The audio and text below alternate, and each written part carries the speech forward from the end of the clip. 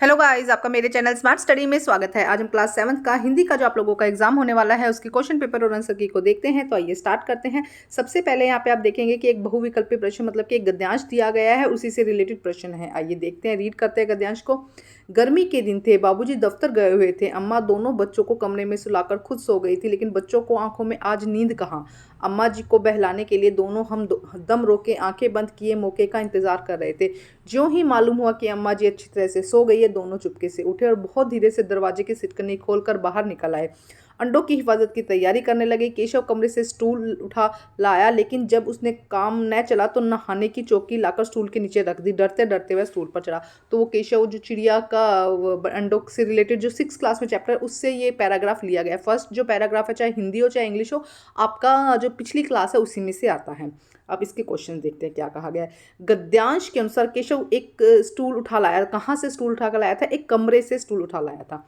Next देखो क्या है। गद्यांश के अनुसार दफ्तर कौन गए हुए थे? तो बाबूजी क्या गए हुए थे? दफ्तर गए हुए थे। अब यहाँ पर एक काव्यांश दिया, काव्यांश मतलब कि कविता दी गई है, और ये भी आपकी पिछली क्लास में से ही है। साथी हाथ बढ़ाना, एक अकेला थक जाएगा, मिलकर बोझ उठाना, साथी हाथ बढ़ाना। हम मेहनत वालों ने जब भी मिलकर कदम बढ़ाया है, सागर ने रास्ता छोड़ा, पर्वत ने सीत झुकाया है। फौला दी हैं सीने अपने, फौला दी हैं बाहें, हम चाहें तो चट्टानों में पैदा कर दे राहें, साथी हाथ बढ़ाना। मेहनत अपने लेख की रेखा, मेहनत से क्या डरना, कल गैरों की खातिर की, आज अपनी खातिर करना। अपना दुख भी एक है साथी, अपना सुख भी एक है, अपनी मंजिल सच की मंजिल, अपना रास्ता नेक है, साथी हाथ बढ़ाना। तो देखो पिछली आपकी ये कविता थी पिछले 6th क्लास में, उसमें से लिया गया है। काव्यांश देखते हैं अब क्या क्या है। काव्यांश के अनुसार मेहनत करने वालों के सामने किसने शीश झुकाया है? पर्वत ने। फर्स्ट आंसर सही हो जाएगा। काव्यांश में गैरों की खातिर का क्या अर्थ है? दूसरों के लिए। नेक्स्ट देखते हैं आगे हम क्या कहा गया है। व्याकरण से रिलेटेड प्रश्न है कुछ। देखो क्या कहा गया है। कविता शब्द का बहुवचन बताइए। तो कविता शब्द का बहुवचन हो जाएगा कविताएं। ए या ओ लग जाता है मोस्टली, ये जो बहुवचन वाले होते हैं। निम्न विकल्पों में जातिवाचक संज्ञा बताइए। तो देखो संज्ञा 3 प्रकार की होती है। व्यक्तिवाचक, जिसमें किसी एक व्यक्ति का नाम दिया जाए। हिमालय नाम दिया गया तो वो क्या होगी? व्यक्तिवाचक। गंगा नाम दिया गया वो होगी व्यक्तिवाचक। गंगा नदी तो वो व्यक्तिवाचक संज्ञा हो जाएगी। जब किसी एक जाति से नदी का नाम बताया गया, तो नदी तो कई नदियां हो सकती है ना, तो एक जाति आ गई है तो उसे हम जातिवाचक कहेंगे। और एक होती है भाववाचक, जिससे कि जिसे फील किया जाता है। मिठास हो गया, कड़वाहट हो गया, खारा हो गया, प्यार हो गया, ये सब क्या हो जाएंगे? ये हो जाएंगी भाववाचक संज्ञा। तो यहाँ पे उन्होंने पूछा जातिवाचक संज्ञा क्या है, तो नदी यहाँ पर क्या हो जाएगा? जातिवाचक। भूख प्यास तरुणाई ये सब भाववाचक संज्ञा है। उसके बाद नवीन का विलोम शब्द हो जाएगा प्राचीन। नवीन मतलब नया, और प्राचीन मतलब क्या हो जाएगा? प्राचीन मतलब पुराना। 10वीं मंजिल में विशेषण के भेद को पहचाने। तो देखो 10वीं मंजिल मतलब विशेषण क्या है? संज्ञा की विशेषता बताने वाले शब्दों को विशेषण कहते हैं। तो 10वीं मतलब कि संख्या बताई जा रही है, तो उसे हम क्या कहेंगे? संख्यावाचक विशेषण। गुणवाचक क्या होगा? जब कहा जाएगा कि आम बहुत मीठा है, तो ये उसके आम की विशेषता है कि वो मीठा है, तो उसका गुण बताया जा रहा है।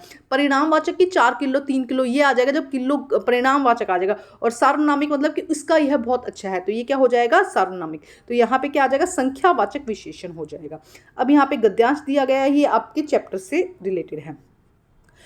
कुछ चीज़ें और भी हुई, मसलन अंग्रेजी राज तक जो ब्रेड केवल साहिबी ठिकानों पर तक सीमित थी, वह कस्बों तक पहुंच गई। नाश्ते के रूप में लाखों करोड़ों भारतीय घरों में सेकी तेली जा रही थी। खान पान में बदली हुई संस्कृति से अधिक प्रभावित नई पीढ़ी थी, जो कि पहले स्थानीय व्यंजनों के बारे में बहुत कम जानती थी, अब नई व्यंजनों के बारे में बहुत कुछ जानती है। स्थानीय व्यंजन तो अब घटकर भी कुछ चीज़ों तक ही सीमित रह गए हैं।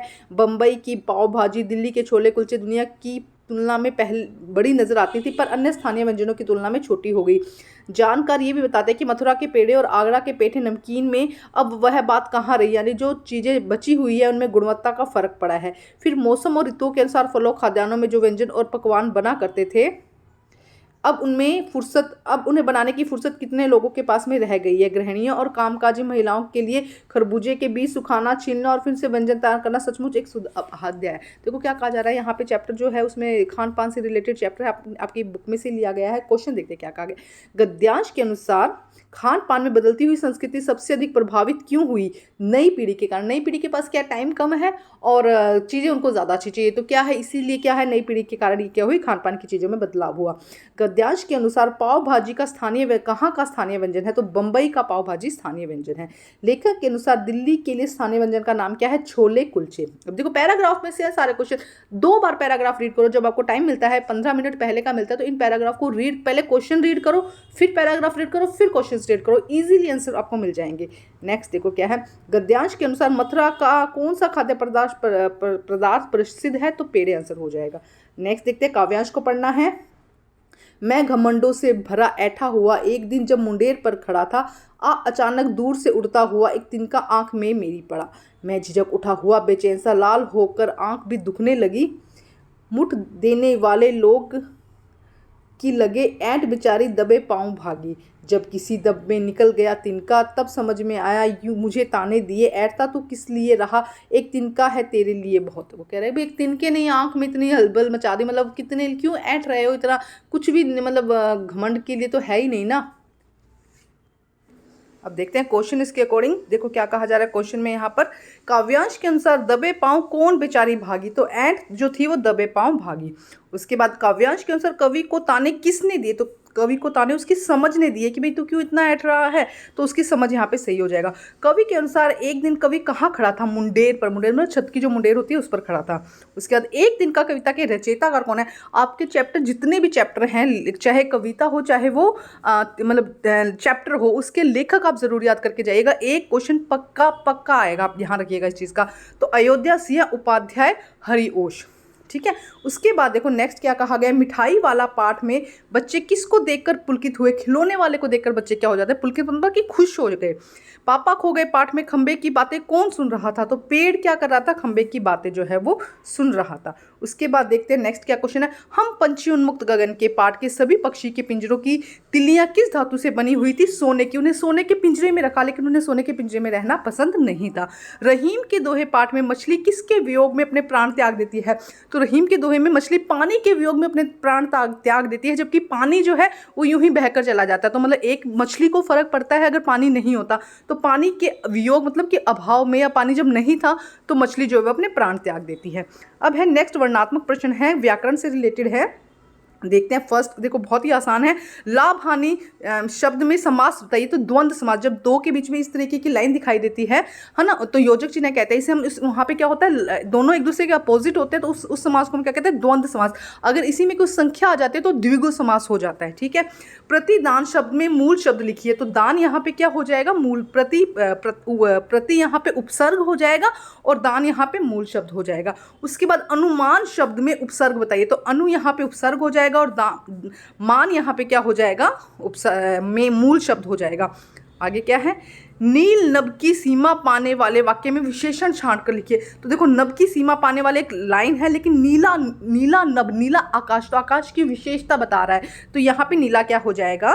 विशेषण हो जाएगा। अब नेक्स्ट कुछ प्रश्न देखते हैं क्या कहा गया, जो पूर्ण नहीं है वाक्यांश के लिए एक शब्द लिखिए। जो पूर्ण नहीं है मतलब अपूर्ण, ठीक है। रहीम मित्रता को किसकी कसौटी पर कसने को कहते हैं? विपत्ति के। रहीम कहते हैं कि अगर विपत्ति के समय आपके साथ आपका मित्र खड़ा है, इसका मतलब वो आपका सच्चा मित्र है। तो विपत्ति किसकी कसौटी पर कसने को कहा है? विपत्ति। विपत्ति मतलब कि मुश्किल समय, कठिन समय। उसके बाद पंछी किसके बंधन में अपनी गति और उड़ान भूल गए हैं? पंछी जो है सोने के पिंजरे में थे या स्वर्ण श्रृंखला में, इस तरह का पिंजरा होता है ना, तो स्वर्ण श्रृंखला लिख सकते हैं, या सोने के पिंजरे में अपनी जो उड़ान है वो भूल गए थे। एक दिन का पाठ में कवि की आंखों में किस रंग की होकर दुखने लगी थी? तो आंख जब कुछ गिर जाता है तो लाल हो जाते हैं, तो लाल होकर वो क्या होने लगी थी? दुखने लगी थी। आगे चैप्टर प्रश्न देखते हैं क्या कहा गया है। पापा खो गए पाठ में आपको सबसे बुद्धिमान पात्र कौन लगा? कौवा वहां पर हमें क्या लगा? सबसे बुद्धिमान लगा, जिसने क्या किया? सॉल्यूशन निकालने की कोशिश की थी। मिठाई वाला पाठ में चुन्नू मुन्नू ने कितने में खिलौने खरीदे थे? बहुत बार क्वेश्चन आता है ये, तो 2 पैसे में या 2 आने में आप लिख सकते हैं। 2 पैसे में जो थे खिलौने खरीदे थे। अपूर्व अनुभव पाठ में तोतो चांद यासुकी चांद को पेड़ पर चढ़ाने का कौन सा तरीका अपना रही थी, उसे सीने से लगाकर ऊपर की तरफ खींच रही थी ना वो उसे, तो सीने से लगाकर ऊपर की तरफ खींचकर सीढ़ी लगाकर उसने क्या कहा, उस पर ऊपर चढ़ाने के लिए वो क्या कर रही थी, उसे सीढ़ी लगाकर क्या कर रही थी, उसे खींचने की तरफ तैयारी कर रही थी। नेक्स्ट देखो, नेक्स्ट क्या है, नीलकंठ पाठ में मोर के दोनों बच्चों को चिड़ी मार कहाँ से पकड़ कर लाया था, शकरगढ़ से। कहाँ से? शंकरगढ़ से पकड़ कर लाया था। ये नाम याद कर लेना, पाठ के अंदर है, शंकरगढ़ से क्या हुआ था, वो पकड़ कर लाया था। अब यहाँ पे जो नेक्स्ट प्रश्न है, प्रश्न नंबर 11 30 to 40 वर्ड्स में है और इसके 4 प्रश्नों के आंसर देने, 5 प्रश्न है यहाँ पे। तो हम देखते हैं प्रश्न, पहले प्रश्न का आंसर क्या हो जाएगा, समझते हैं क्वेश्चन। मिठाई वाले में वे कौन से गुण थे जिसकी वजह से बच्चे बड़े भी उसकी तरफ और खींचे चले जाते थे। वो बड़े प्यार से सबको बुलाता था कि आ जाओ मिठाई ले लो, मिठाई ले लो। इसीलिए क्या होता था, बच्चे तो बच्चे, बड़े भी उसकी ओर खींचे जाते थे। पहले हम समझ लेते हैं, फिर सारे आंसर इकट्ठे ही देख लेंगे। खान पान के मामले में स्थानीयता का क्या अर्थ है? खान पान की बदलती तस्वीरों के पाठ के अनुसार तो स्थानीय मतलब पहले क्या था, एक जगह पे एक ही चीज़ बनेगी, दूसरी जगह पे दूसरी चीज़ बनेगी। लेकिन अब क्या हो गया है, कोई भी चीज़ कहीं पे भी फेमस हो, अगर उसको बनाने का तरीका इजीली हम यूट्यूब पे या कहीं पे भी देख लेते और कहीं पे भी बना देते। तो पहले क्या था, फेमस चीज़ें फेमस जगह पे ही बनती थी और आजकल क्या है, सब जगह बनती हैं। नीलकंठ पाठ में मोर मोरनी के नाम पर किस आधार पर रखे गए थे? तो आइए पहले प्रश्न 2 और 3 के आंसर्स देखते हैं। तो देखो क्या हो जाएगा, मधुर आवाज में गा गा कर अपनी चीजों की विशेषता बताना, बच्चों की मनपसंद चीजें लाना, कम दामों में बेचना और बच्चों से अपनत्व दिखाना। इसके कारण जो थे वो मिठाई वाला को सभी पसंद करते थे। किसी विशेष स्थान पर खाने पीने के विशेष व्यंजन जिसकी प्रसिद्धि दूर दूर तक हो, मसलन मुंबई की पाव भाजी, मतलब पाव भाजी कहाँ बनती है, मुंबई में, लेकिन आजकल हर घर में पाव भाजी बन जाती है। दिल्ली के छोले कुलचे, मथुरा के पेड़े, आगरा के पेठे और नमकीन, तो ये यहाँ की फेमस है, तो उसे हम क्या कहते हैं, स्थानीय भोजन कहते हैं। नेक्स्ट देखो, मोर की गर्दन नीली थी इसीलिए उसका नाम नीलकंठ रखा गया था, जबकि मोरनी के साथ साथ रहती थी उसका नाम राधा रखा गया था। तो मोर की गर्दन नीली थी, नीली होने के कारण उसका नाम नीलकंठ रख दिया गया, और वो मोरनी उसके साथ साथ में रहती थी, मोरनी के लिए उसका नाम क्या रख दिया गया था, राधा रख दिया गया था। आगे दोनों क्वेश्चन देखने क्या है, अपनी माँ से झूठ बोलते समय तोतो चांद की नजरें नीचे क्यों थी? अपूर्व अनुभव पाठ के आधार पर उत्तर दीजिए। लेटर बॉक्स को सभी लाल ताऊ कहकर क्यों पुकारते थे? पापा खो गए चैप्टर के आधार पर आपको आंसर देने हैं। तो देखते हैं दोनों के आंसर। देखो, उसने माँ से झूठ कहा था कि वह यासुकी चांद से मिलने उसके घर जा रही है। यह कहते इस समय उसकी नजर नीचे हो गई थी क्योंकि वह माँ से झूठ बोल रही थी। देखो क्वेश्चन के अंदर ही आंसर है, क्वेश्चन में लिखा है कि वो झूठ बोल रही थी इसलिए उसकी आंखें नीचे हो गई थी। तो देखो समझो, क्योंकि उसने झूठ बोला था। जब भी हम कुछ गलत काम करते हैं तो हमारी आंखें झुक जाती है, तो यही हमें बताता है कि हम कितना, मतलब हमें सही काम करना चाहिए और सबसे नजरें मिला के बात करनी चाहिए। तो वो क्या कह रहा है कि माँ से झूठ बोला था इसलिए उसकी आंखें झुक गई थी। लेटर बॉक्स का रंग पूरा लाल रंग का होता है इसीलिए उसे लाल ताऊ कहते हैं। देखो बहुत ही आसान क्वेश्चन है, थोड़ा सा दिमाग लगाओगे पूरे नंबर आएंगे। आप कमेंट जरूर करिएगा कि कितने नंबर आपके आते हैं एग्जाम में। नेक्स्ट प्रश्न देखते हैं हम। प्रश्न में देखो क्या कहा गया है, पहली कठपुतली की बात दूसरी कठपुतली को अच्छी क्यों लगी? क्या कहा था कि बेड़ियों में बंधना अच्छा नहीं लगता, उड़ना अच्छा लगता है, अपने पैरों पे खड़ा होना अच्छा लगता है। ठीक है, उसके बाद सेकंड प्रश्न देखते हैं, पक्षी उन्मुक्त गगन में अपनी कौन सी इच्छाएं पूरा करना चाहते हैं? पक्षी की क्या इच्छा होती है कि वो उड़ना चाहता है, आसमान में नीले आकाश में उड़ना चाहता है, पिंजरे में नहीं रहना चाहता। तो यही उसकी इच्छा थी, इसी के बारे में आपको बताना है। नेक्स्ट देखो प्रश्न थर्ड क्या है, सज्जन और विद्वान के संपत्ति संचय का क्या उद्देश्य होता है? रहीम के दोहे के पाठ के आधार पर बताइए। तो सज्जन व्यक्ति क्या करता है, परोपकार के लिए अपना जो धन है वो करता है, संजो के रखता है। विद्वान क्या करता है, विद्वान अपनी उपकार की भावना रखता है उसके अंदर। ठीक है, ये आपको इसके बारे में बताना था।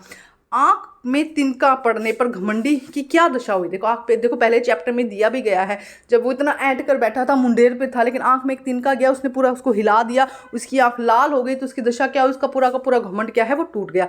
तो ये एक तिनका के आधार पर आपको इसके आंसर देने हैं। तो देखते हैं इसके आंसर्स। फर्स्ट का आंसर देखते हैं पहले, वे स्वतंत्र होकर उड़ना चाहती थी। जो कठपुतलियां थी वे स्वतंत्र होना चाहती थी, अपनी मन मर्जी के अनुसार चलना चाहती थी, इसीलिए पहली कठपुतली की बात से दूसरी कठपुतली सहमत हुई थी। वो एक्चुअली एक ने कहा कि भाई मैं उड़ना चाहती हूँ, मैं मतलब चलना चाहती हूँ, अपने पैरों पे खड़ा होना चाहती हूँ, दूसरों के बंधन में बंधना नहीं चाहती, ये सब बातें कही थी। तो यही बात दूसरी भी फील कर रही थी और वो उससे क्या हुई, सहमत हुई। सेकंड क्या था, पक्षी क्या है, खुले आसमान में उड़ना चाहते हैं, नदी झरनों पर बहता हुआ जल पीना चाहते हैं, नीम की जो पेड़ की निम्बोरियां होती है चाहे वो कड़वी हो लेकिन उसे खाना चाहते हैं, पेड़ की ऊंची फुगनी पर झूलना चाहते हैं। तो ये आंसर आप अपने शब्दों में लिख सकते हैं। नेक्स्ट दो प्रश्नों का आंसर देखते हैं। देखो क्या, सज्जन और विद्वान व्यक्ति अर्जन दूसरों की भलाई के लिए करते हैं। जो भी धन संपत्ति का अर्जन है वो दूसरों की भलाई के लिए करते हैं, उनका धन हमेशा दूसरों की भलाई में खर्च होता है। उसकी आंख लाल होकर क्यों दुखने लगी थी? क्योंकि वह बेचैन हो गया था और सारी ऐंठ उसकी समाप्त हो गई थी।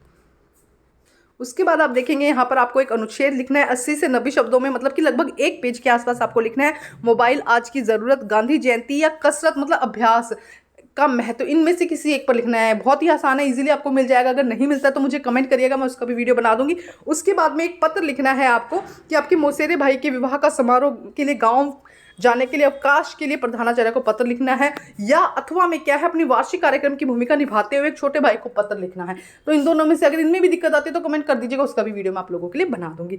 सभी तरीके के एग्जैक्ट ऐसा पेपर नहीं आने वाला, लेकिन एक सैम्पल पेपर है जिससे आप अपनी तैयारी कर सकते हैं। पैटर्न एग्जैक्ट यही रहने वाला है। बाकी सब्जेक्ट के भी सैम्पल पेपर सब आपको मेरे चैनल पे मिल जाएंगे, आप देख सकते हैं और अच्छे अच्छे नंबर ला सकते हैं। कितने नंबर आपके बनते हैं कमेंट करके जरूर बताइएगा। Thank you guys.